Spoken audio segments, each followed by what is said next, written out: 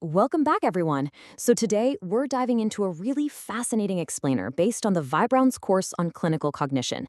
Now, have you ever wondered how a master diagnostician, or even a highly advanced AI for that matter, actually arrives at a super complex medical diagnosis? It can almost feel like magic, right? Like one of those House MD moments where scattered symptoms just suddenly snap together into a crystal clear picture. But here's the thing, it's not magic at all. It is actually an invisible, highly structured engine of reasoning. And today, we are going to completely dismantle that engine and see exactly how it ticks. Okay, let's just dive right into our cognitive roadmap for today.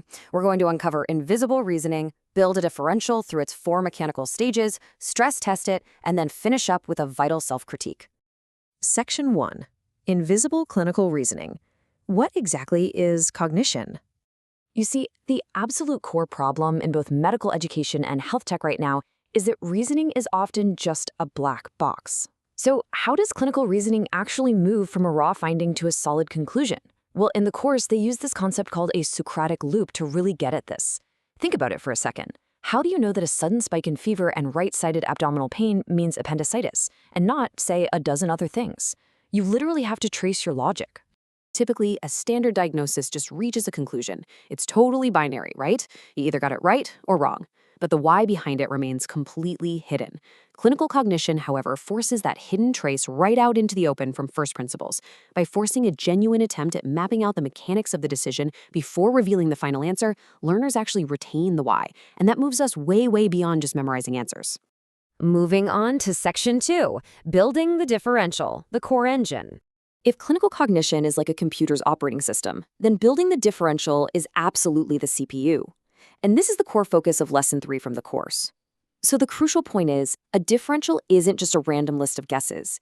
It is the highly structured process of moving from raw findings to a stress-tested, probability-weighted list of possible diagnoses.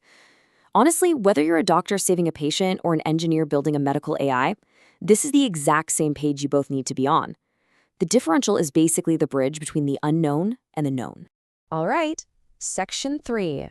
The 4 stages of building the differential.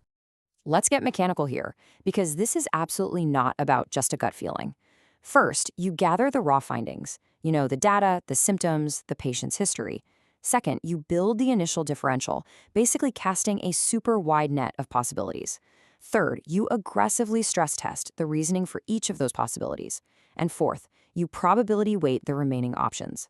Again, clinical reasoning isn't magic at all. It's a fully auditable engine.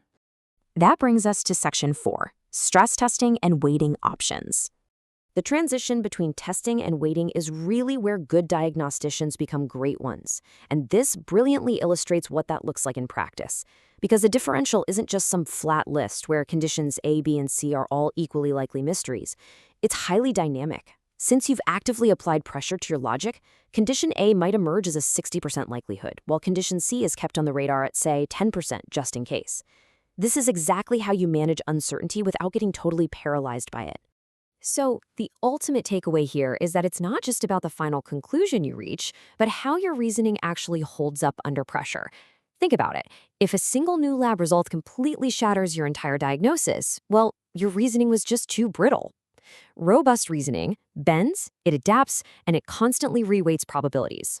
This holds totally true for human doctors, and it's absolutely vital for building reliable AI systems. Next up, Section 5, self-critique, the closing pass. We are now at what I'd call the climax of this whole cognitive loop, which is where true clinical mastery meets absolute vulnerability. Because building the differential isn't finished just because you have your highest probability answer. No, it demands a closing self-critique pass that turns that exact same analytical discipline inward onto the reasoning itself. You literally have to stop and ask yourself, okay, how could I be fooling myself right now? And what exactly are you looking for when you do this self-critique? Well, you're actively hunting for specific bias failure modes. You audit the moment of commitment, like, did I latch onto this diagnosis way too early? You check the load-bearing finding. If this one specific lab test is wrong, does my whole theory just completely collapse? You evaluate signal versus noise, and you watch out for distortion at handoff when you're passing info to another team. Guys, this isn't just double-checking your work. This is how we actively prevent massive systemic errors.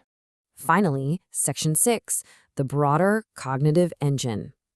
Let's zoom back out for a second, because mastering this core loop really extends into massive systems thinking. Now, what's really interesting about this slide is how clinical cognition is positioned right alongside its sibling course, evidence-based medicine. One asks the internal question, how did I get from findings to a judgment, while the other asks the external question, can I actually trust this evidence? So one secures your logic and the other secures your data. Together, they create a complete, airtight picture of medical truth. And that is exactly why this is built as a dual-track course. It appeals equally to the health tech engineers out there who are programming the future of care and to the practicing doctors operating on the front lines today. Because ultimately, whether you're coding complex algorithms in Python or you're doing rounds in a busy ICU, mastering the mechanics of structured reasoning is truly the ultimate universal skill. I want to leave you with this final thought to chew on today. If we can take something as incredibly complex, nuanced, and seemingly intuitive as the art of medical diagnosis, and we can actually mechanically audit it, structure it, and master it, well, what other complex decisions in your life, your business, or even your relationships could this exact same cognitive engine solve? Thank you so much for joining me for this explainer today. Keep learning, keep stress testing your own reasoning, and I'll catch you next time.